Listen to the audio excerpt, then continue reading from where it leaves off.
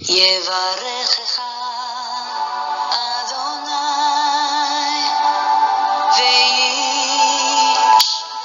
וישמרך. 예바레크카 아도나이 베이시메레카. 사랑하는 성도 여러분, 오늘 하루도 전지전능하신 임마누엘의 하나님께서 여러분에게 복을 주시고 여러분을 안전하게 지켜주시기를 축복합니다. 아멘. 할렐루야. 오늘도 김없이 우리 코에 생명의 호흡을 불어넣어 주신 생명의 근원이신 우리 하나님 여호와 우리 아버지를 찬양합니다. 우리의 영원한 구원자이신 예수 그리스도, 그 생명의 이름, 구원의 이름, 그 존귀하신 이름 예수 그리스도를 찬양합니다. 우리 안에 내주하시면서 오늘도 열심으로 일하시며 우리 하나님의 아름다운 형상으로 우리 예수 그리스도의 그 장성한 분량으로 우리를 또 다듬어 가실 성령님의 그 아름다운 손길을 찬양합니다. 저주받은 세상 나라를 주님 나라 만드시고자 오늘도 열심으로 일하실 성령 하나님을 찬양합니다. 오늘 1일8구 성경 장별 강의 250번째 시간입니다. 오늘은 사무엘상 14장 말씀을 함께 공부하도록 하겠습니다. 오늘 제목의 말씀은 사울 왕의 교만이라는 제목입니다. 이 드려서는 안 될 제사를 월권으로 그렇게 하나님 앞에 제사를 드림으로 사무엘 선지자를 통하여 하나님의 그런 경고를 받고 이제 왕위에서 폐위될 것을 그렇게 경고받은 이 사울은 오늘 이 블레셋가의 이 믹마스 이 전투에서 또 한 번에 해서는 안 될 이 하나님의 백성들을 이 궁지로 몰아넣는 이런 어떤 또 실수를 범하게 됩니다. 자, 하나님 앞에 여쭙지 않고 임의대로 이전에 한번 그 처음에 기름 부음을 받고 이 암몬 족속과의 싸움에서 한번 대승을 거둔 이 전쟁에서 승리한 그 경험 때문인지는 몰라도 너무나 전쟁을 가볍게 생각하고 또 작전을 짤 때도 하나님 앞에 여쭙지 않고 임의대로 그렇게 자기 소견에 옳은 대로 그렇게 판단하고 결단하고 또 실행에 옮기어서 이 많은 사람들을 위험에 빠뜨리는 그런 누를 범하는 사울왕의 모습을 보게 됩니다. 이 모든 것이 교만에서 나온 거지요. 하나님 앞에 여쭙지 않고 자기가 판단해서 임의로 행한다는 것은 이 하나님을 믿지 않는 자들의 눈에 볼 때는 참 강력한 리더십이 있고 또 그것이 좋게 보일지 모르지만 범사에 하나님의 인도를 따라서 하나님이 시키는 대로 해야 할 사명과 의무를 가지고 있는 하나님의 백성들, 특별히 이스라엘 나라의 그 최고의 지도자인 왕으로서는 그것은 합당치 않은 행동인 것입니다. 매사를 그렇게 하나님 앞에 여쭙고 어떻게 해야 하는지 하나님의 지시를 받아서 행동을 했어야만 하건만 사울 왕은 이 생명이 오가는 이 생명이 그 수많은 이스라엘 백성들의 생명이 그렇게 왔다 갔다 하는 전장터에서 그렇게 하나님의 뜻을 따르지 않고 임의대로 행하는 그런 모습을 오늘도 보이게 됩니다. 자, 오늘 이 사울왕의 이 교만스러운 모습을 통해서 우리 하나님의 음성을 듣는 그런 시간이 되기를 원합니다. 어떤 말씀을 하실런지 또 우리 하나님은 사무엘상 14장에 나타나는 우리 하나님의 모습은 어떤 모습인지 함께 살펴보겠습니다. 자, 우리는 계속해서 사울의 통치 내용을 살펴보고 있습니다. 오늘 이제 이 사울 왕이 블레셋과의 전쟁을 치르는 모습이 오늘 14장에 나오고요. 그 다음에 15장에 가면 이제 이 사무엘과 결별을 하는 사무엘과의 결별이 있게 되고 그 다음에 이제 16장부터는 드디어 이 다윗이 등장을 합니다. 골리앗과 이렇게 싸움을 함으로 이제 이 이스라엘의 어떤 역사에 이 앞장서서 나타나게 되는 이 이스라엘 역사에 등장을 하게 되는 이 다윗의 모습이 이제 나타나게 됩니다. 자, 그래서 오늘 14장에서는요, 이제 그 교만스러운 모습으로 이스라엘 백성들을 위기에 빠뜨리는 모습이 나타나고, 그 다음에 이제 내일 아말렉과의 전쟁이 있게 되는데요. 15장에서 그때에 또 한 번 하나님의 명령을 어기죠. 다 진멸하라 그랬는데 제사 드린다는 명분으로 좋은 짐승들을 남겨와서 그렇게 하나님 앞에서는 제사보다 순종이 낫다라고 하는 그런 책망을 들으며 드디어 사무엘과의 결별이 이루어지는 그런 장이 15장입니다. 자, 그래서 오늘 14장, 15장을 통하여 이 사울 왕이 어떻게 하나님으로부터 버림을 받고 왕위에서 폐위가 되어지는지 그의 비참한 그 말로를 우리가 살펴보겠습니다. 자, 오늘 14장에서 이제 요나단이 블레셋을 습격하는 장면, 그리고 하나님의 놀라우신 도우심으로 이 블레셋 군인들이 서로 칼로 서로를 치는 그런 어떤 놀라운 일이 일어나게 되고요. 이 무모한 사울왕의 이 어떤 맹세가 있게 됩니다. 금식을 하지 않는 자들은 다 이제 죽이겠다고 하는 그런 어떤 무모한 맹세를 하고 금식을 시키는 일이 벌어지고, 제일 마지막에는 이 사울의 업적과 그 집안, 그 족보들을 쭉 얘기하는 내용이 오늘 본문에 나타납니다. 자, 사무엘상 14장의 오늘 주제 구절은 24절에서 25절입니다. 이날에 이스라엘 백성들이 피곤하였으니 이는 사울이 백성에게 맹세시켜 경계하여 이르기를 저녁 곧 내가 내 원수에게 보복하는 때까지 아무 음식물이든지 먹는 사람은 저주를 받을지어다 하였습니다. 그러므로 모든 백성이 음식물을 맛보지 못하고 그들이 다 수풀에 들어간즉 땅에 꿀이 있더라. 자, 지금 이 전쟁을 치르고 있는 이 군인들에게 음식을 먹지 말라는 이 금식 명령을 내린 것은, 이것은 어떤 종교적으로 하나님 앞에 금식을 행함으로 하나님의 도움을 이끌어내고자 하는 그런 어떤 영적인 면이 아니라, 지금 이 아주 속전속결로 이 원수들, 이 블레셋의 이 적들을 속전속결로 다 진멸함으로 말미암아 실추된 자기의 어떤 이 명예를 드높이고자 하는 자기의 명예를 드높이고자 하는 그런 교만에서 비롯된 것이라 그렇게 여겨집니다. 자, 이 하루 만에 단기간에 이렇게 무기도 지금 변변치 않은데 이 강한 블레셋을 그렇게 하루 만에 다 무찔렀다 그러면 자기의 명예가 올라가고 위신이 서잖아요. 그래서 아마 이 사울은 이러한 의도로 밥을 먹지 말고 끝까지 원수에게 보복하는 날 때까지 아무 음식도 먹지 말라.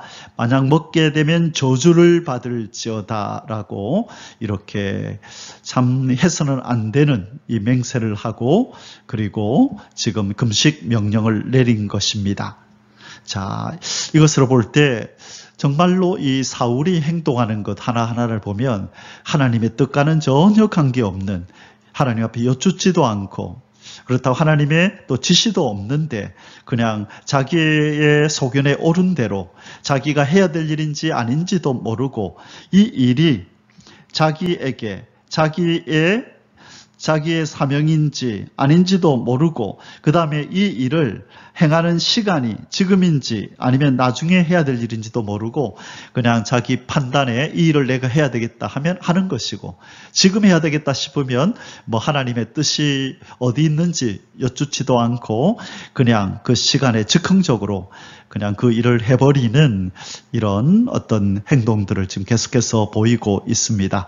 여기에서 하나님이 우리에게 말씀하시고자 하는 것은, 하나님의 백성은 돌다리도 이렇게 두들겨 보고 지나간다 그러잖아요. 그처럼 우리의 하루의 일상에서 우리 어떤 일을 하든지 간에 하나님의 도우심을 구하고 또 이것을 해야 될지 말아야 될지 이렇게 확신이 서지 않는 것에 대해서는 하나님의 인도를 구하면서 겸손하게 하나님 앞에 아뢰고 도와주시기를, 인도해 주시기를 그렇게 기도하는 자세가 있어야 하는데 사울에게서는 전혀 이런 모습을 볼 수 없다는 것. 우리가 하나님께서는 이 사울의 모습을 통하여 너희들은 이래서는 안 된다. 이 부분을 우리에게 지금 가르치려고 하시는 것 같아요. 장차 이 땅에 오실 그 만왕의 왕이신 예수 그리스도는 항상 무슨 일을 하든지 간에 하나님의 뜻 안에서 아버지께서 시키신 일을 하고 아버지께서 명하신 말씀을 하면서 그래서 내가 하는 말은 내 말이 아니라 아버지께서 내게 주신 것이다. 내가 지금 아버지가 일하시니 나도 일한다 그러시면서 예수님은 그분이 하시는 말씀과 그분이 행하시는 모든 일들이 하나님으로부터 왔으며 하나님의 명령을 받아서 행하는 일임을 그렇게 말씀하셨는데 바로 이 사울 왕은 전혀 그러한 모습과는 거리가 먼 바로 그런 어떤 행태를 보이고 있습니다.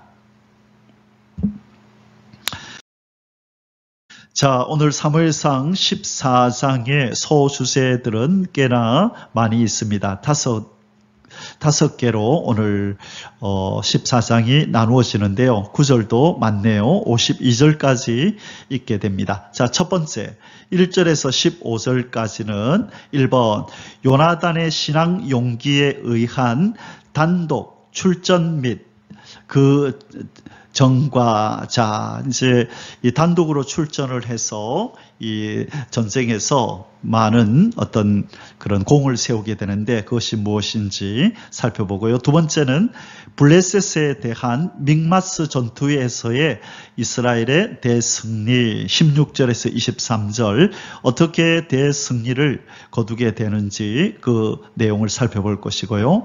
3번 사울의 경솔한 금식 명령 및 이스라엘 군사들의 피 있는 짐승 식사. 자, 경솔하게 금식 명령을 내리는 부분, 그리고 이스라엘 군사들이 이 피 있는 채로 피 있는 짐승을 먹는 그런 죄를 범하는 그런 장면이 나옵니다. 자, 24절에서 35절까지고요.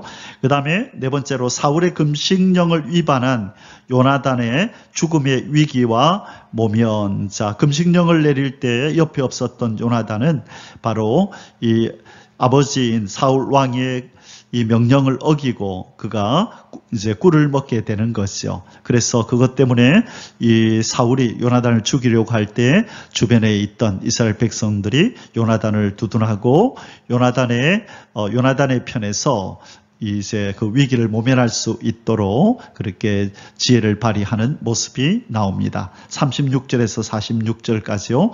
그 다음에 마지막에 사울 왕의 치적과 그 가계 및 치세 동안 계속된 블레셋과의 전쟁 약술. 자, 사울 왕은 어떤 일들을 했으며 그의 족본을 어떻게 되고 그의 치세 기간 동안에 블레셋과의 어떤 전쟁들을 치렀는지가 47절부터 52절까지 그렇게 기록되어 있습니다. 이 5가지 소수세를 가지고 오늘 사무엘상 14장을 공부하겠습니다. 이제 본론으로 들어가겠습니다. 1번 요나단의 신앙 용기에 의한 단독 출전 및 그 전과. 자, 1절에서 15절입니다. 1번 요나단의 블레셋 단독 출전 결의. 1절에서 5절. 하루는 사울의 아들 요나단이 자기의 무기를 든 소년에게 이르되 우리가 건너편 블레셋 사람들의 부대로 건너가자 하고 그의 아버지에게는 아뢰지 아니하였더라. 사울이 기브와 변두리 미그론에 있는 석류나무 아래에 머물렀고 함께한 백성은 600명 가량이라. 처음에 2000명 정도 되었었다 그랬죠. 그러나 이제 뿔뿔이 흩어지고 또 도망치고 해서 600명만 남아있는 상태인데 기브아 변두리 지금 믹마스에서 조금 떨어져 있는 저 후방에서 사울이 그렇게 성류나무 아래에 머물러 있습니다. 아마 블레셋과 좀 거리를 두고 싶었겠죠. 자, 3절입니다. 아이야는 예봇을 입고 거기 있었으니, 자, 아이야는 이 제사장이죠. 그 당시에 아마 아이야 대제사장일 것입니다. 요 다음 그림에서 제가 그 족보를 한번 보여드리겠습니다. 아이야는 에봇을 입고 거기 있었으니 그는 이가봇의 형제 아이두베 아들이요 비느하스의 손자요 실로에서 여호와의 제사장이 되었던 엘리의 증손이었더라. 백성은 요나단이 간 줄을 알지 못하니라. 요나단이 블레셋 사람들에게로 건너가려 하는 어기 사이, 이쪽에는 험한 바위가 있고 저쪽에도 험한 바위가 있는데 하나의 이름은 보세스요, 하나의 이름은 세네라. 한 바위는 북쪽에서 믹마스 앞에 일어섰고 하나는 남쪽에서 게바 앞에 일어섰더라. 자, 지금 아이야가 에봇을 입고 있다 그랬죠. 바로 이 에봇은 우리가 출애굽기를 공부할 때 배웠듯이요, 이 화려한 색실로 만든 이 예복입니다. 대제사장이 그렇게 입는 바로 그 예복을 아이야가 입고 있다는 거 보니까 아이야는 바로 대제사장이었을 것이다. 우리가 그렇게 생각이 됩니다. 자, 족보를 한번 볼게요. 자, 여기가 바로 이제 아이야가 여기 있네요. 아이야. 지금 아이야 대제사장을 어떻게 지금 소개하고 있냐면요. 아까 3절에서 아이야는 예복을 입고 거기 있었으니 그는 이가봇의 형제인 아이두베 아들이요. 비느하스의 손자요. 자, 이 비느하스는 여기 나오는 그 유명한 비느하스가 아닙니다. 바로 이쪽에 있는 엘리의 아들. 이제 비참하게 죽임을 당하는 바로 그 비느하스, 그 홈리와 비느하스의 그 비느하스입니다. 자, 비느하스의 손자요 실로에서 여호와의 제사장이 되었던 엘리의 증손이었더라. 자, 이렇게 지금 이 아이야를 소개하고 있습니다.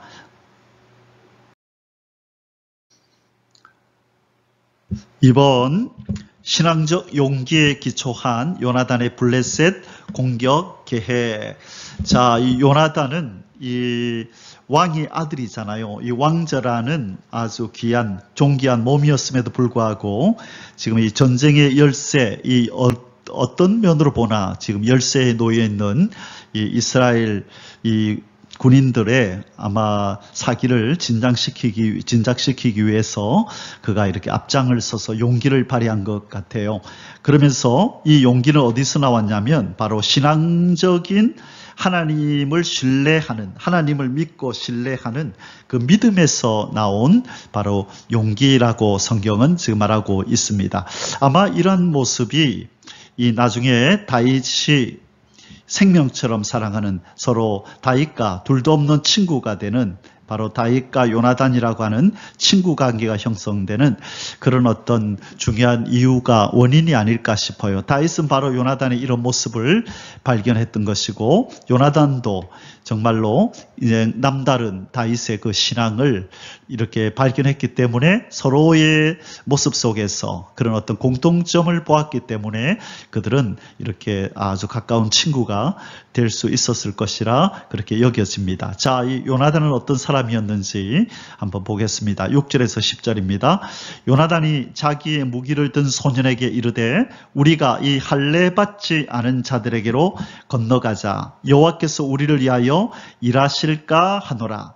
여호와의 구원은 사람이 많고 적음에 달리지 아니하였느니라. 자, 이 내용은요, 지금 뭐와 비슷하냐면 나중에 이제 16장에 16장에 등장하는 이 다윗이 골리앗과 싸울 때 하는 말과 거의 흡사합니다. 이 할례 받지 못한 자가 감히 하나님 백성을 모독하는 모습을 보고 이 골리앗을 향하여 이 할례받지 못한 자라고 그렇게 부르는 장면이 나오고, 그러면서 또 무슨 얘기를 하냐면 전쟁은 하나님께 속했다라고 하면서 이제 골리앗을 향하여 다가가거든요. 그런데 지금 요나단은 여호와의 구원은 사람이 많고 적음에 달리지 아니하였다. 아무리 저들이 수가 많아도, 우리가 수가 적다 할지라도 전쟁은 사람이 많고 적음에 있는 것이 아니고 여호와 하나님이 구원해 주셔야 한다. 하나님의 주권에 달렸다라고 하는 이 놀라운 믿음을 가지고 있는 것이죠. 그래서 지금 이 요나단은 자기의 무기를 든 그 소년가, 지금 이게 몇 명이나 되는지는 모르겠지만 아마 한 명이 아닌가 싶어요. 그래서 자기와 자기의 무기를 든 이 소년과 함께 블레셋의 진을 향하여 지금 나아가고 있는 것입니다. 7절에 무기를 든 자가 그에게 이르되 당신의 마음에 있는 대로 다 행하여 앞서가소서. 내가 당신과 마음을 같이 하여 따르리이다. 자, 이 무기를 든 소년도 만만치가 않네요.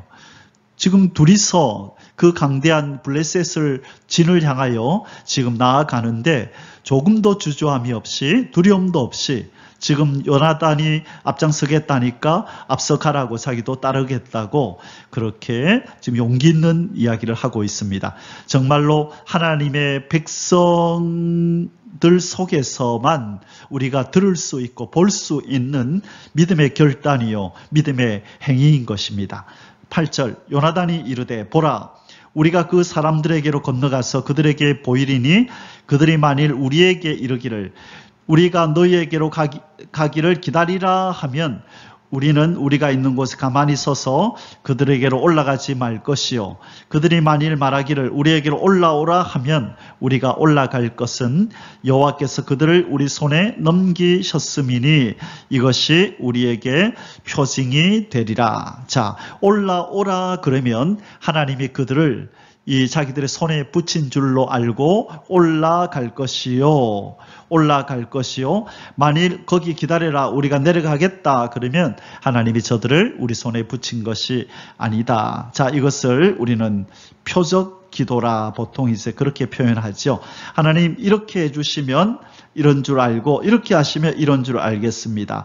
만일 내가 이 사람을 만났을 때 이 사람의 입에서 이러한 말이 나오면 이것이 하나님의 뜻인 줄 알고 그가 이런 말을 하지 않으면 이것은 하나님의 뜻이 아닌 줄 알겠습니다. 자, 우리 이런 간증들을 많이 듣잖아요. 제가 아는 어떤 사모님이 이제 남편 목사님을 만날 때 처음에 이제 그 소개를 받고 나갔을 때 이 사람이 하나님이 내가 기도했던 사람, 하나님이 내게 보내주시는 사람이면 만났을 때 그가 이런 말을 하게 해주시고 그리고 그 입에서 그런 말이 나오지 않으면 이 사람이 아닌 줄 알겠습니다. 그렇게 이제 기도를 하고 나갔는데 딱 만나자마자 바로 구했던 그 표적대로 그 남편 될 목사님께서 그렇게 자기가 기도했던 대로 그대로 얘기를 해서 이 사람이 내 짝이구나 하고 알았다는 그런 간증을 들은 적이 있습니다. 그 내용이 구체적으로 무엇이었는지는 오래되어서 기억은 안 나지만 그 내용이 참 인상적이었습니다. 그래서 매사에 하나님의 뜻을 구하고 하나님 앞에 표적 기도를 하는 것, 우리가 가끔 믿음을 발휘하여서 이렇게 할 필요가 있다고 생각합니다. 자, 그래서 한 번으로 그렇다고 한 번으로 딱 이렇구나라고 하나님의 뜻은 이것이구나라고 섣불리 단정할 수는 없고 또 하나님 앞에 또 다른 방법으로 그렇게 또 기도하면서 확실하게 뜻을 구하는 것 중요하다고 생각합니다. 어떤 사람은 한 번으로 그냥 그렇게 알겠습니다. 그냥 각각 믿음에 따라서 그렇게 하나님 앞에 결단하고 그렇게 나아갈 수 있다고 생각합니다. 그래서 여러분도 뭔가 중요한 기도를 할 때 하나님 앞에 이렇게 기도를 하면 좋겠습니다. 자, 이 표적 기도 그러면 제일 먼저 떠오른 사람이 누군가요? 기드온이 그랬죠. 기드온이. 기도원이 하나님 앞에 기도할 때 이 양털에는 이슬이 있고 땅에는 없게 하시고 땅에 이제 반대로 또 땅에는 있게 하시고 양털에는 없게 하시고 자 순서가 어떤 게 무엇이 우선이었는지 잘 기억이 잘 안 나네요. 자 그랬는데 이러한 이 기도 표적 기도를 통하여서 하나님의 뜻을 확실히 그렇게 알았던 기도원처럼 또 오늘 이 요나단처럼 이렇게 하는 기도를 무슨 기도를 한다고요? 표적 기도라 그렇게 부릅니다. 자, 이 요나단은 참 이 요나단과 무기를 든 소년은 정말로 큰 믿음의 사람임을 우리는 오늘 이들의 대화를 속에서 우리는 깨닫게 됩니다.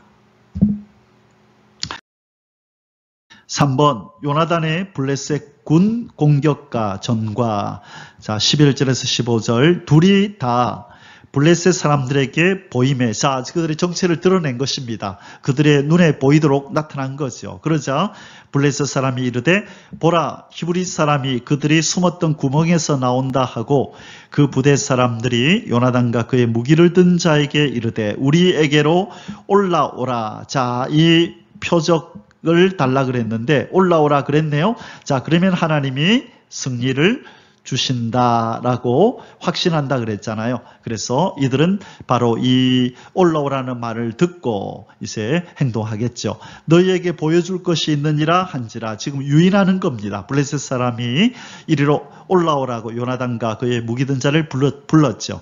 요나단이 자기의 무기를 든 자에게 이르되 나를 따라 올라오라 여호와께서 그들을 이스라엘의 손에 넘기셨느니라 하고 요나단이 손발로 기어 올라갔고 그 무기를 든 자도 따랐더라.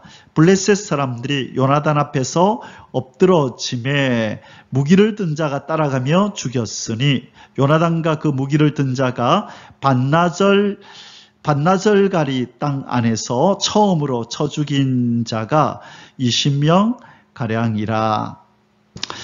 자 여기에서 반나절가리라 이 말은 이제 무슨 말이냐면요 한 마리 소가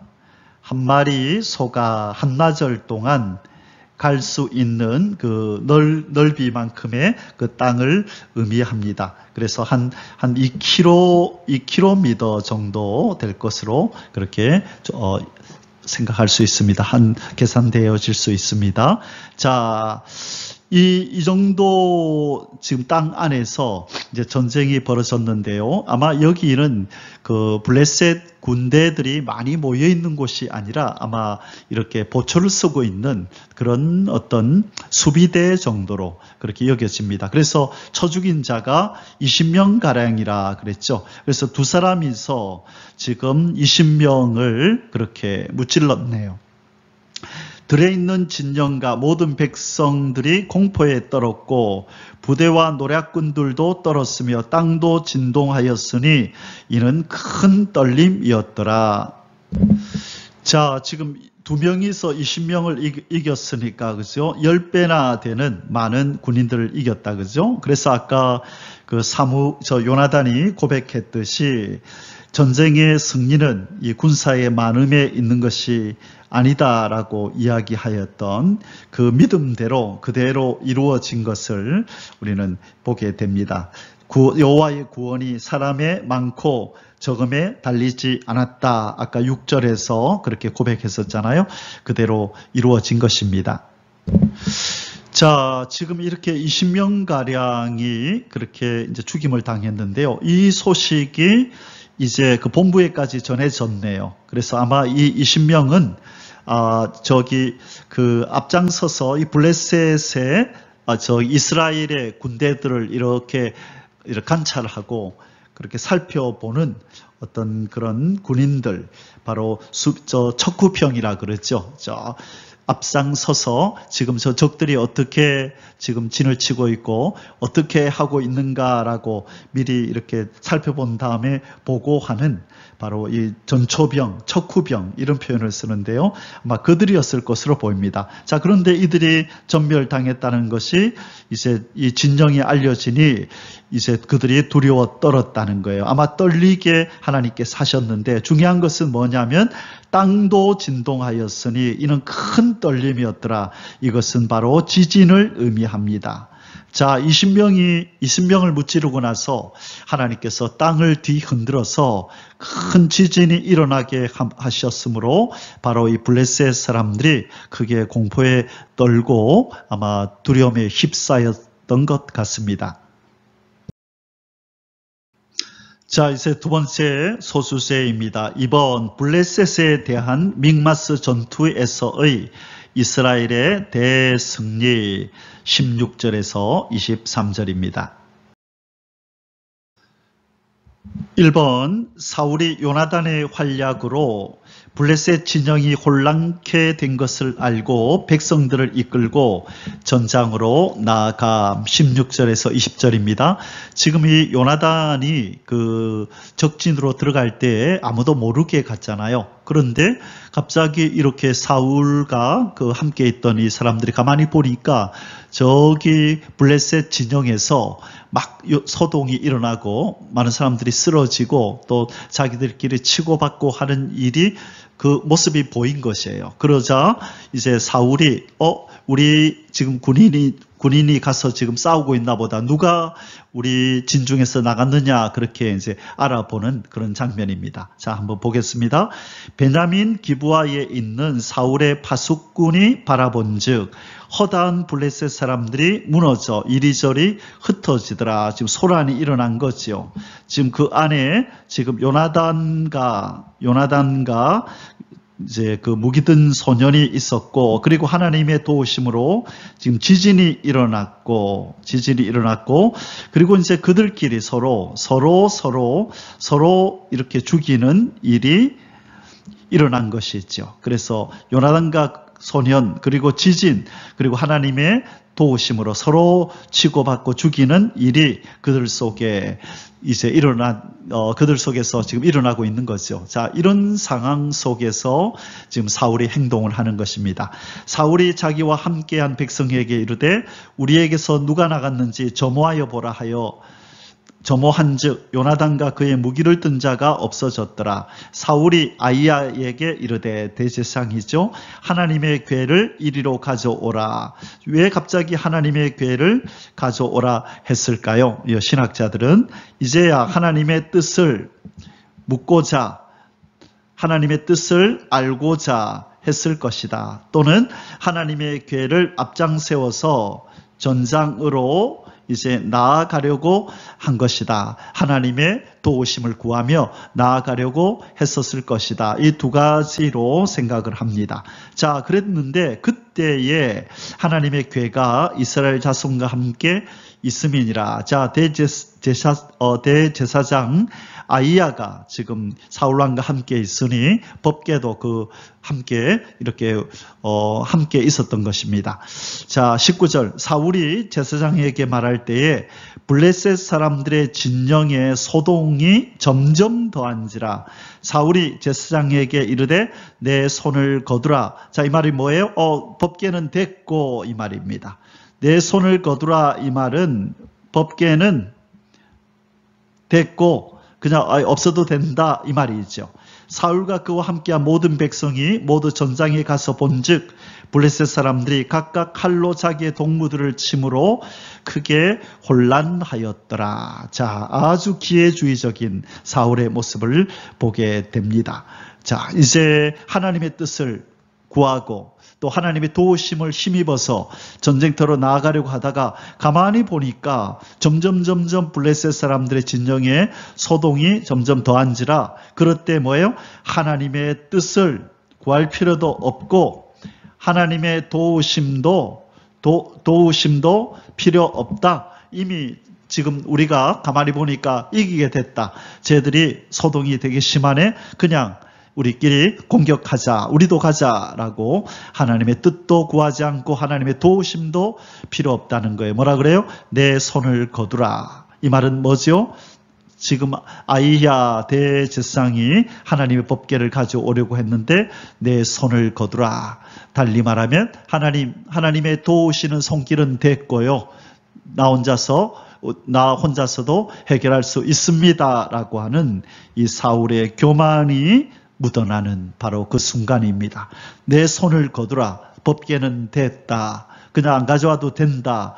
이제 가만히 보니 우리가 그냥 진격하면 우리가 이길 것 같다라고 그렇게 판단을 한 것이죠. 위기를 만날 때는 하나님의 도우심을 구하다가 상황이 반전이 되고 또 자기들이 유리하게 보이니까 금방 하나님의 도우심도 하나님의 뜻도 필요 없다라고 하는 바로 이 모습이 사울의 모습입니다. 사울의 교만함이 이렇게 보이고 있는 것입니다. 이번 이스라엘 군대의 대열에서 이탈했던 자들이 다시 이스라엘 군대에 가담함. 자, 얼마 전까지 이 블레셋의 그 강력한 무기들 또 수많은 군사들의 이 압도되어서 도망을 쳤던 그런 사람들이 이제 전세가 역전이 되자 이제 다시 모여서 이 지금 군대에 가담을 하여 지금 함께 싸우는 모습입니다. 21절에서 22절 전에 블레셋 사람들과 함께하던 히브리 사람이 사방에서 블레셋 사람들과 함께 진영에 들어왔더니 그들이 돌이켜 사울과 요나단과 함께한 이스라엘 사람들과 합하였고 에브라임 산지에 숨었던 이스라엘 모든 사람도 블레셋 사람들이 도망함을 듣고 싸우러 나와서 그들을 추격하였더라. 이 블레셋 사람들이 이 군인들이 워낙 강하게 보였기 때문에 그때는 피해서 도망쳐 있다가 이제 전세가 역전되어서 이길 것 같더니 이제 다시 나와서 싸움에 합세하는 장면입니다. 숟가락을 얻는다 그러죠. 가만히 보니까 이길 것 같으니까 자기들도 도망자로 그런 치욕스러운 그런 이름이 붙여질 것 같으니까 이제 뒤늦게 나와서 싸움에 동참하는 모습을 보이고 있습니다. 3번 여호와로 말미암아 이날 전투는 이스라엘이 크게 승리함. 23절입니다. 여호와께서 그날에 이스라엘을 구원하심으로 전쟁이 벳아웬을 지나니라. 자, 여기서 벳아웬이라고 하는 것은요, 이 사악한 집이라는 뜻이에요. 사악한 집. 자, 사악한 집. 자, 여기가 위치가 어떻게 되는지는 정확하지 않습니다. 자, 이 전쟁은 하나님 여호와께서 이스라엘 백성을 구원하시기 위해서 하나님이 개입하신 전쟁이다. 성경은 그렇게 기록하고 있습니다. 전쟁은 군사의 많고 적음이나 또 무기의 강함과 약함에 있는 것이 아니라 하나님께서 누구 편에 서시는가. 바로 그것이 가장 중요한 것이죠. 그래서 시편 기자가 그렇게 고백했듯이 하나님은 내 편이시다라고 하는 바로 이 믿음, 이 신앙의 어떤 이 선포가 참으로 중요한 것을 우리는 알게 됩니다. 자, 이 고백은 이 다윗이 시편 118편 6절에서 이렇게 고백했죠. 여호와는 내 편이시라. 내게 두려움이 없나니 사람이 내게 어찌할꼬. 저희 집 거실에 걸려있는 액자의 글귀 성경 구절이기도 한데요. 여호와는 내 편이시라. 내게 두려움이 없나니 사람이 내게 어찌할꼬. 하나님이 우리와 함께 하시면 그 어떤 누구도 우리를 당할 자가 없을 줄 믿습니다. 이 영체인 마귀도 하나님이 우리 편이 되시고 우리와 함께 하시고 대신 싸워주신다면 그들도 우리를 건드릴 수 없는 것입니다. 그러므로 중요한 것은 이 군사의 많고 적음이 중요한 것이 아니라 무기의 많고 강함이 중요한 것이 아니라 여호와 하나님이 누구 편이신가? 여호와 하나님이 누구 편이신가? 나는 하나님 편에 서 있는가? 그리고 하나님은 나의 편이신가? 그것을 점검하는 것이 가장 중요한, 가장 우선적인 일인 줄 믿습니다. 그래서 하나님이 싫어하는 죄를 멀리하고 거룩하신 하나님이 나와 늘 함께 하시는 임마누엘의 동행이 있기를 우리가 그렇게 갈망하면서 하루하루 살아가는 것이 승리의 비결인 줄 믿습니다. 아멘. 할렐루야. 자, 이제 세 번째 소수세를 공부하겠습니다. 3번 사울의 경솔한 금식 명령 및 이스라엘 군사들의 피 있는 짐승 식사. 자, 24절에서 35절인데요. 이 사울의 경솔한 이 맹세와 이 경솔한 금식 명령 때문에 아무것도 먹지 못했던 이스라엘 백성들은 하나님의 도우심으로 전쟁에서 승리하자 그 노획물들 중에서 짐승들을 피채 잡아먹는 굶주림의 그 고통을 견디지 못하고 그 짐승들을 피채 잡아먹는 큰 죄를 범하게 됩니다. 자, 이런 내용들을 담고 있는 이 부분을 함께 공부하도록 하겠습니다.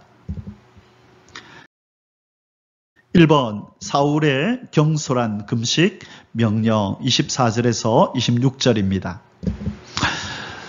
이날에 이스라엘 백성들이 피곤하였으니 이는 사울이 백성에게 맹세시켜 경계하여 이르기를 저녁 곧 내가 내 원수에게 보복하는 때까지 아무 음식물이든지 먹는 사람은 저주를 받을지어다 하였음이라. 그러므로 모든 백성이 음식물을 맛보지 못하고 그들이 다 수풀에 들어간즉 땅에 꿀이 있더라.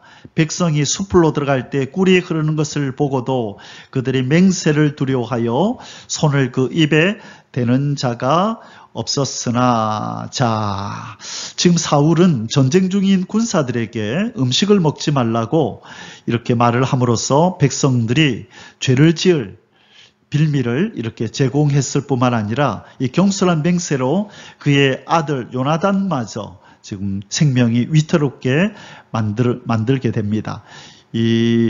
지금 이 사울은 이제 갈수록 태산이란 말이 있듯이요. 지금 하는 행동마다 하나님의 뜻과 전혀 상관없는, 그리고 하나님의 백성들의 안위를 생각하지 않고 자기 자신만 생각하고 이 원수들을 지금 이렇게 블레셋을 무찌르는 그것도 하나님의 적을 무찌르는 것이 아니라 내 원수에게 보복한다. 꼭 자기 자신을 위해서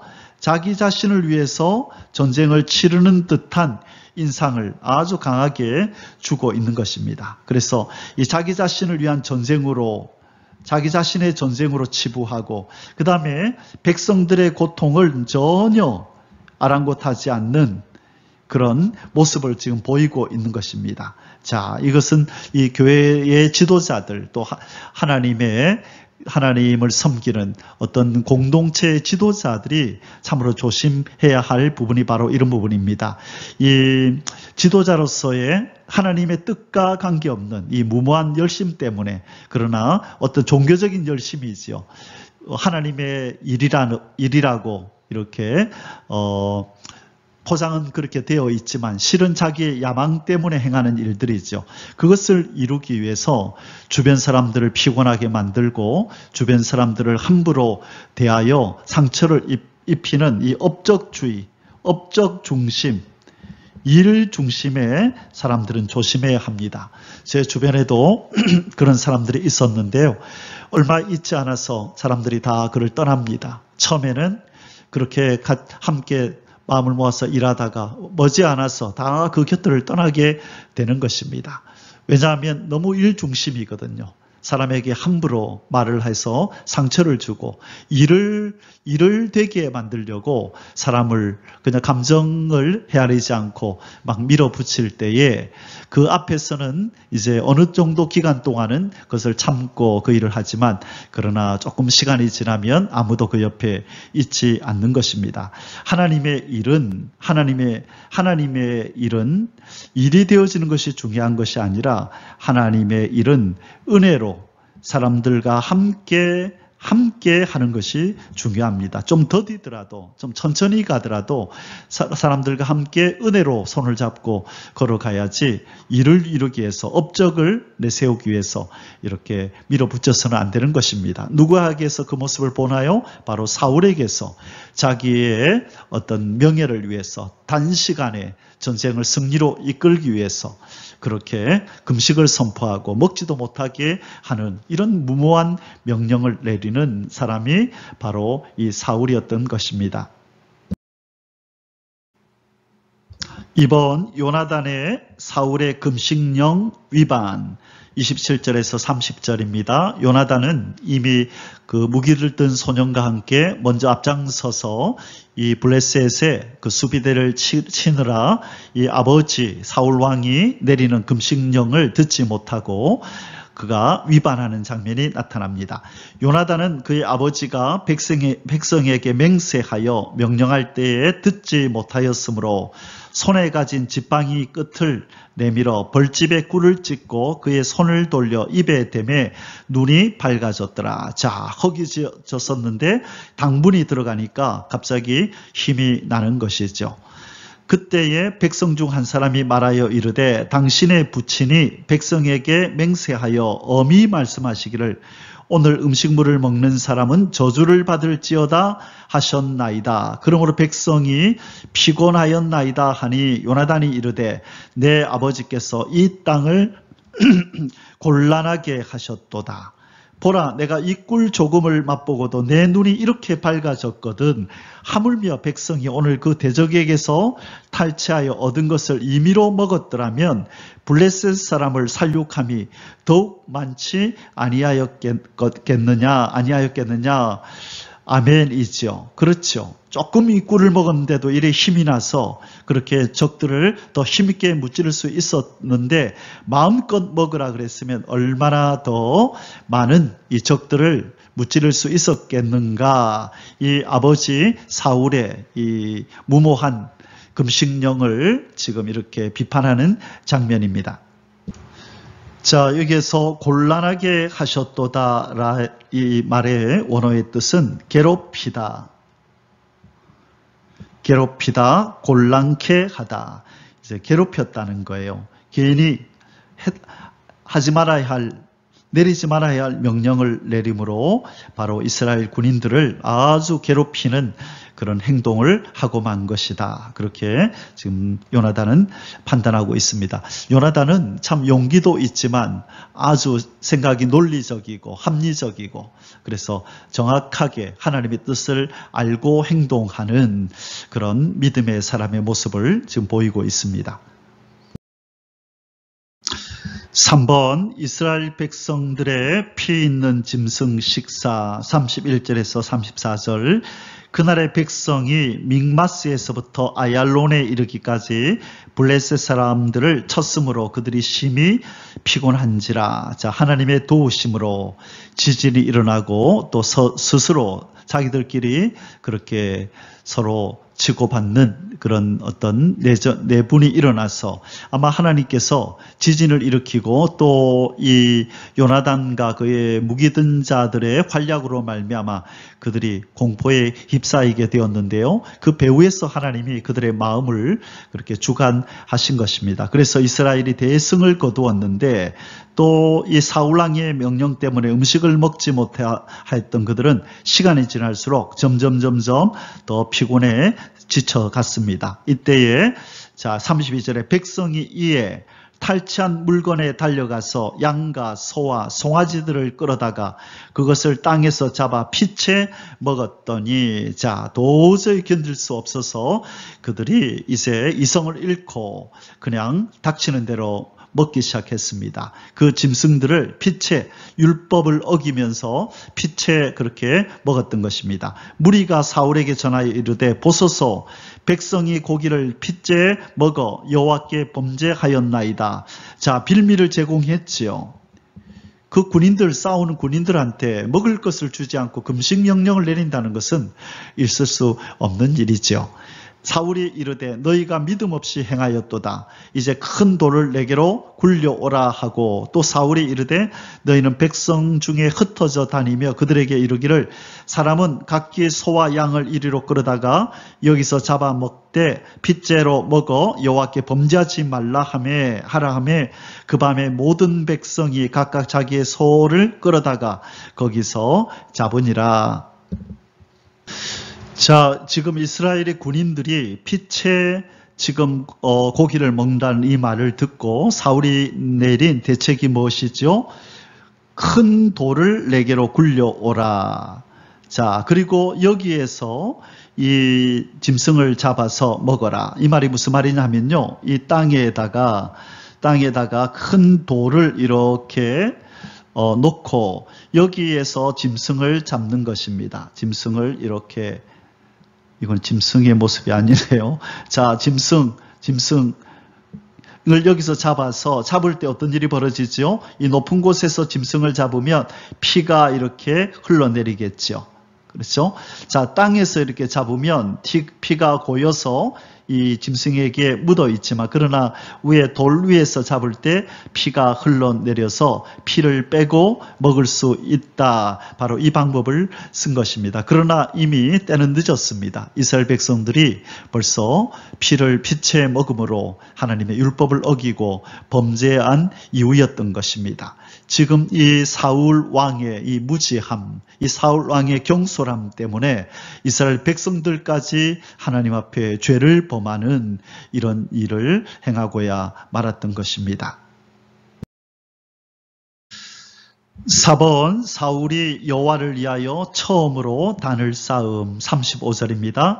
사울이 여호와를 위하여 제단을 쌓았으니 이는 그가 여호와를 위하여 처음 쌓은 제단이었더라. 자, 지금까지 사울의 행동을 볼 때에 전혀 어울리지 않는 어떤 행동을 지금 하고 있습니다. 자, 아마 하나님을 위해서, 여호와를 위해서 제단을 쌓았대요. 자, 쌓은 이 제단은 의미가 무엇일까요? 승리에 대한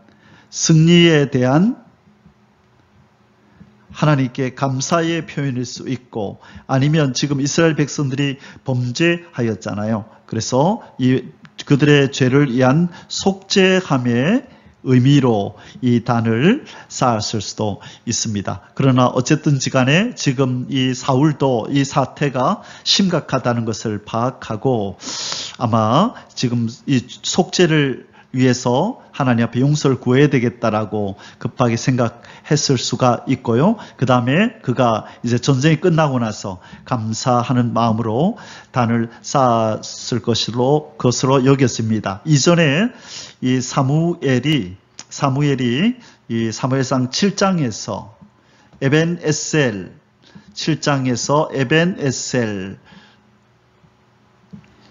이 단을 쌓는 것을 이제 사울이 보았잖아요. 그렇죠? 사울이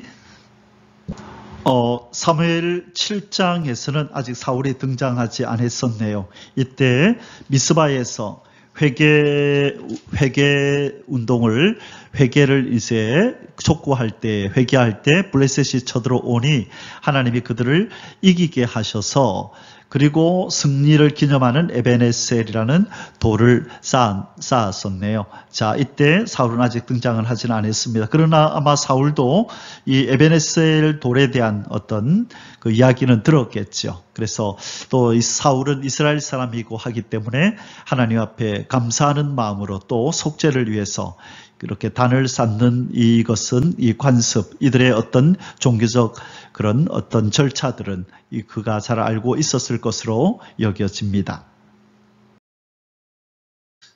자, 이제 네 번째 소수세로 들어가겠습니다. 4번, 사울의 금식령을 위반한 요나단의 죽음의 위기와 모면. 자, 사울 왕, 자기 아버지의 금식령을 듣지 못한 이 요나단이 이제 꿀을 먹은 그 일이 이제 발각이 되어서 이제 죽음의 위기에 놓이게 되는데 주변에 이스라엘 군인들의 도움으로 모면을 하게 되는 내용입니다. 36절에서 46절입니다.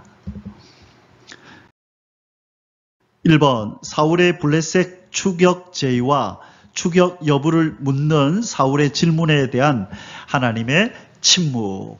자, 이제 처음으로 하나님 앞에 뜻을 구합니다. 블레셋을 계속 추격을 할까요? 말까요?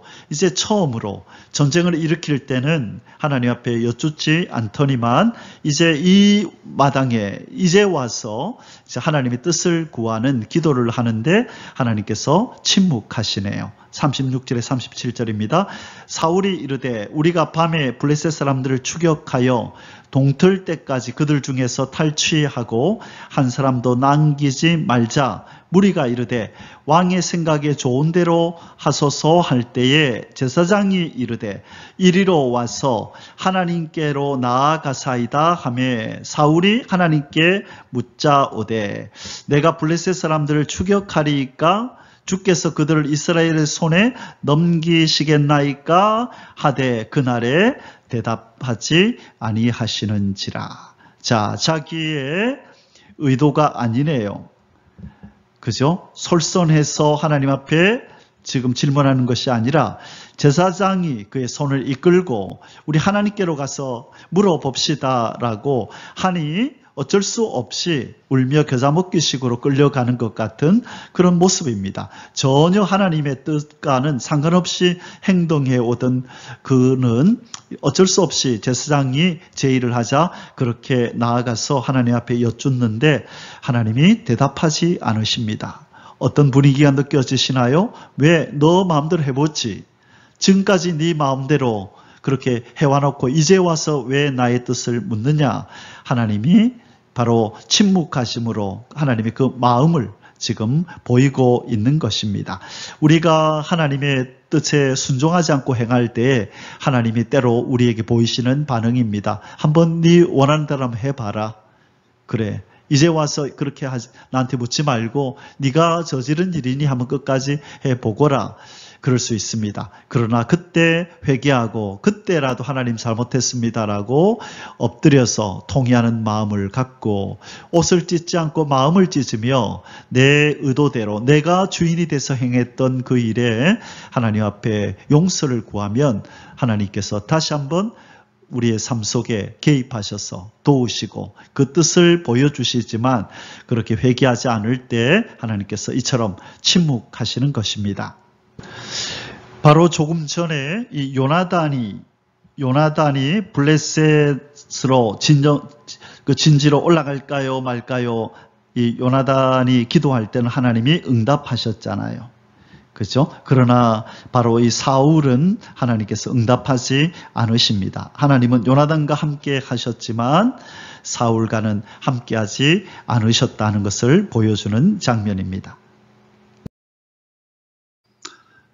이번 하나님의 침묵에 따른 사울의 원인 조사와 거듭된 경솔한 맹세 38절에 39절입니다. 사울이 이르되 너희 군대의 지휘관들아 다 이리로 오라. 오늘 이 죄가 누구에게 있나 알아보자. 자, 지금 사울은 하나님의 침묵을 무엇이 원인이라고 보는 것이요? 바로 이스라엘의 진중에 죄가 있다. 누군가가 죄를 범하였기 때문에 하나님께서 침묵하신 것이다 라고 지금 보는 것입니다. 자, 우리가 이전에 여호수아가 등장하는 그 장면에서 아이성을 공격할 때, 그죠? 이 아이성을 공격할 때 이렇게 패배하잖아요. 그때 그들이 물었죠. 하나님 왜 이런 일이 일어납니까? 그럴 때 그 진중에 죄가 있다는 걸 알려주셨고 그 사람이 바로 아간이라는 것 우리가 이미 배웠습니다. 그래서 이스라엘 진중에 죄가 있을 때 하나님은 침묵하시고 전쟁에서 패하게 하신다는 것을 이스라엘 백성들을 잘 안 거지요. 아마 사울도 이런 어떤 하나님의 마음을 또 이스라엘 언약 백성들의 삶의 원리를 잘 알고 있었을 것입니다. 자, 그래서 하나님의 침묵을 누군가의 죄에서 기인한 것이다 라고 판단하고 그 범인을 찾아내기 위해서 색출하기 위해서 어떤 조치를 지금 취하는 것입니다. 이스라엘을 구원하신 여호와께서 살아계심을 두고 맹세하노니 내 아들 요나단에게 있다 할지라도 반드시 죽으리라 하되 모든 백성 중 한 사람도 대답하지 아니하매 자, 내 아들이 내 맹세를 어기고 죄를 범하였다 할지라도 그 아들이라도 죽이리라. 또 한 번의 경솔한 또 맹세를 또 하네요. 자기가 저질른 일로 인해서 이 백성들에게 공경에 처하게 해놓고 그 일을 마무리하기 위해서 또 한 번 경솔한 맹세를 또 하고 있는 장면입니다. 3번 죄인 색출을 위한 제비뽑기 40절에서 42절. 이에 그가 온 이스라엘에게 이르되 너희는 저쪽에 있으라. 나와 내 아들 요나단은 이쪽에 있으리라. 백성이 사울에게 말하되 왕의 생각에 좋은 대로 하소서 하니라. 이에 사울이 이스라엘의 하나님 여호와께 아뢰되 원하건대 실상을 보이소서 하였더니 요나단과 사울이 뽑히고 백성은 면한지라. 사울이 이르되 나와 내 아들 요나단 사이에 뽑으라 하였더니 요나단이 뽑히니라. 자, 이 제비뽑기를 통해서 요나단이 맹세를 어겼다는 것이 이제 판명이 되었습니다. 자, 이 일을 이제 사울이 어떻게 처리하는지 계속 한번 살펴보겠습니다. 4번 요나단의 죽음의 위기와 모면 43절에서 45절입니다. 사울이 요나단에게 이르되 네가 행한 것을 내게 말하라.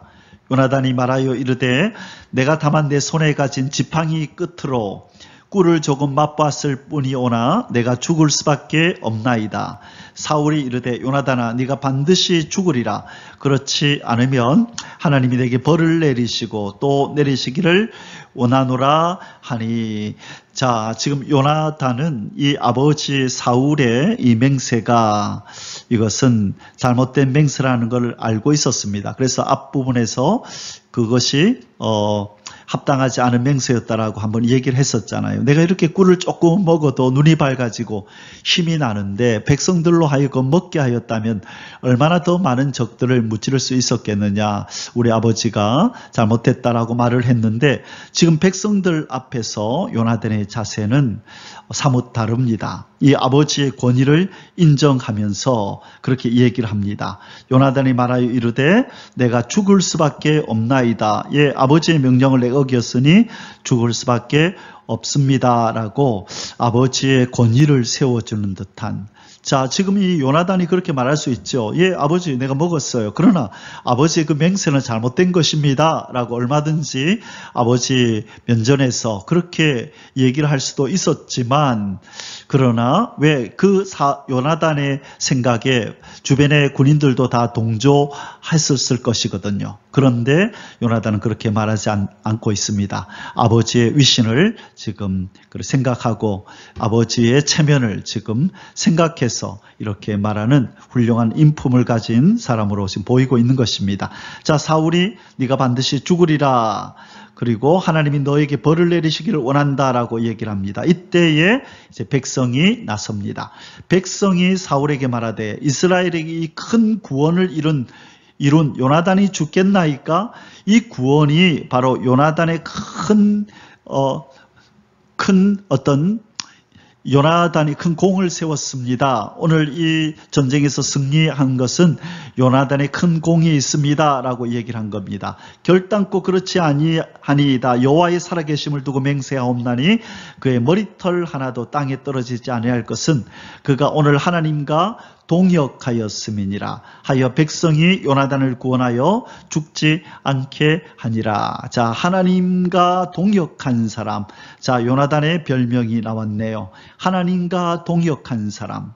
참 귀한 별명이다, 그죠? 하나님과 동역한 사람. 바로 다윗은 하나님의 마음에 합한 사람. 다윗은 하나님의 마음이 아픈 사람, 그의 친구 요나단은 하나님과 동역한 사람.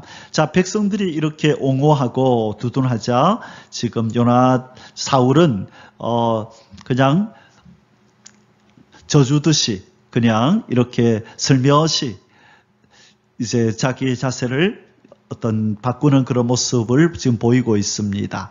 자, 백성들이 그렇게 하지 않았다면 어쩔 수 없이 아들을 죽였어야 하는데 백성들이 이렇게 나오니까 그냥 살며시 그냥 못 이긴 척 하면서 요나단을 용서해 주는 그런 모습을 보이고 있습니다.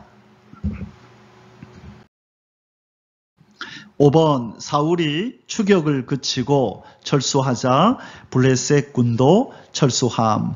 사울이 블레셋 사람들 추격하기를 그치고 올라가매 블레셋 사람들이 자기 곳으로 돌아가니라. 완전히 그렇게 격퇴하지는 못했네요.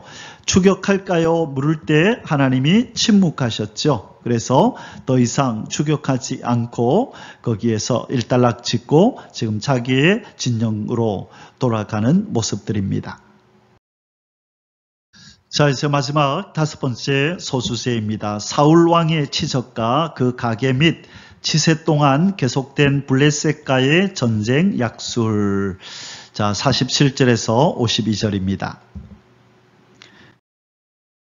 1번 사울 왕의 치적 47절에서 48절. 사울이 이스라엘 왕위에 오른 후에 사방에 있는 모든 대적 곧 모압과 암몬 자손과 에돔과 소바의 왕들과 블레셋 사람들을 쳤는데 향하는 곳마다 이겼고, 자, 하나님께서 이기게 해주셨죠. 왜요? 자기 백성을 위하여. 자기 백성을 위하여 이 사울이 가는 곳마다 이기게 하셨습니다.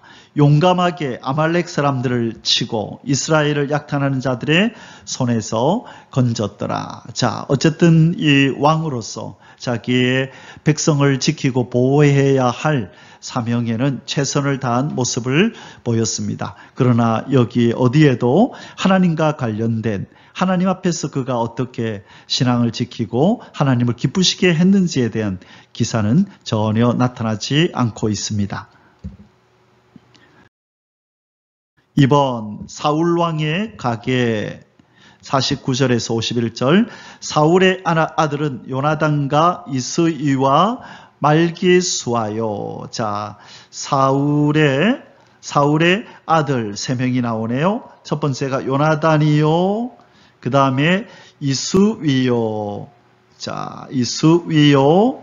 말기수아요. 여기 보니까 이스위는 요 아미나답이 이스위네요. 이름이 이렇게 아미나답이라고도 부르고 리스위라고 한다. 그 다음에 세 번째 말기수아, 이렇게 아들 3명이 등장하고요. 딸의 이름은 이러하니 맏딸의 이름은 메라비요, 작은 딸의 이름은 미갈이며, 자, 여기 메랍 딸이 있고요. 미갈이 두 번째 딸이네요. 사울의 아내의 이름은 아이노아미니. 자, 사울의 아내의 이름은 여기 아내 아이노아미 있네요. 아이노아미니 아이마스의 딸이요. 그의 군 사령관의 이름은 아브넬이니 사울의 숙부 넬의 아들이며 사울의 아버지는 기스요.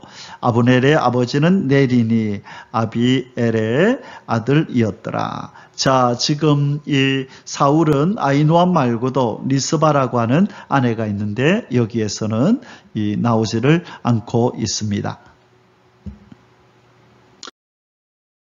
3번 사울왕의 치세 동안 계속된 블레셋과의 전쟁 약술. 자, 어떻게 전쟁을 치렀는지 간략하게 기술하고 있습니다. 52절 마지막 절입니다. 사울이 사는 날 동안에 블레셋 사람들과 큰 싸움이 있었으므로 사울이 힘센 사람이나 용감한 사람을 보면 그들을 불러 모았더라. 자, 계속해서 전쟁을 치르기 위해서 좀 힘세 보이는 사람들이 발견되면 군인으로 그렇게 불러 모아서 자기 옆에 두었고 군인으로 삼았다라고 말하고 있습니다. 자, 지금까지 기사 속에서 하나님을 기쁘시게 했다는 말씀이 한 번도 안 나왔죠. 이것이 바로 하나님의 마음이 합한 사람이 아니라 너무 섣불리 인간왕을 세워달라고 그렇게 요청했던 이스라엘 백성들의 요구에 의해서 그렇게 세워진 아주 인간적인, 참으로 인간적인 이스라엘의 왕의 모습을 우리가 보았습니다. 사랑하는 성도 여러분, 이제 사무엘상 14장의 결론을 맺겠습니다. 오늘 결론은 전쟁은 주께 속하였다라는 제목입니다. 여호와의 구원이 칼과 창에 있지 아니함을 이 무리에게 알게 하리라. 이것은 다윗의 신앙 고백입니다. 골리앗과의 싸움에서 이렇게 고백하면서 지금 나아가는 장면입니다. 오늘 사무엘상 14장 23절에서 하나님께서 이렇게 말씀하셨습니다. 여호와께서 그날에 이스라엘을 구원하심으로 전쟁이 벳아웬을 지나니라. 우리가 앞서서 우리가 살펴봤듯이 이 블레셋과 이스라엘과의 이 군사력은 비교가 안 됐었습니다. 인구도 군인의 숫자도 비교가 안 됐을 뿐만 아니라 무기도 그렇죠. 비교가 안 됐었음에도 불구하고 이스라엘이 승리했습니다. 그것은 여호와 하나님께서 그날에 이스라엘을 구원하셨기 때문이다라고 말씀하신 것입니다. 사무엘상 17장에서 자 지금 이 다윗은 이렇게 고백합니다. 여호와의 구원하심이 칼과 창에 있지 아니함을 이 무리에게 알게 하리라. 전쟁은 여호와께 속한 것인즉 그가 너희를 우리 손에 넘기시리라. 자, 지금 이 하나님께서 우리에게 알려주시는 내용은 뭐냐? 전쟁은 하나님께 속했지 사람의 많고 적음, 무기에 강하고 약함에 있는 것이 아니다. 우리 삶에, 우리 성도의 삶의 성패도 마찬가지입니다. 항상 영적 싸움에서 또 우리 삶 속에서 우리가 치열한 전투적인 삶을 살 때에 우리가 승리를 거두기 위해서는요, 자, 모든 승패가 어디에 달렸다? 여호와 하나님이 내 편이냐 아니냐. 여호와 하나님이 내 편인가 아닌가. 바로 시편 118편 6절의 말씀처럼 다윗이 여호와는 나의 편이시라. 여호와는 내 편이시라. 내게 두려움이 없나니 사람이 내게 어찌할꼬. 그렇게 고백했던 것처럼 사랑하는 성도 여러분, 오늘 이 시간에 우리가 살펴보아야 될 것은 하나님은 과연 내 편이신가? 나는 하나님이 내 편이라고 믿지만 하나님도 과연 그렇게 생각하실까? 아니야. 나는 너 가까이 갈 수가 없어. 너의 삶 속에 어두움이, 죄악이, 세상의 것들이, 마귀에 속한 것들이 너무 많아서 내가 너 가까이 갈 수가 없단다. 그렇게 말씀하시지는 않는지 우리가 우리 삶을 돌아보고 우리의 생각과 또 우리 입술의 말과 우리의 손과 발과 몸의 모든 행실들을 한번 되돌아보고 거룩하신 하나님이 다가오시는 일에 방해가 되고 장벽이 되는 것들은 없는지, 하나님은 내 편이 되고 싶으셔서 다가오기를 원하셨는데 내가 그 하나님의 다가오심을 막고 있지는 않는지 돌아보면서 하나님만으로 우리 편을 삼는 그런 복된 하루가 되시기를 주의 이름으로 축원합니다. 아멘. 할렐루야. יברכך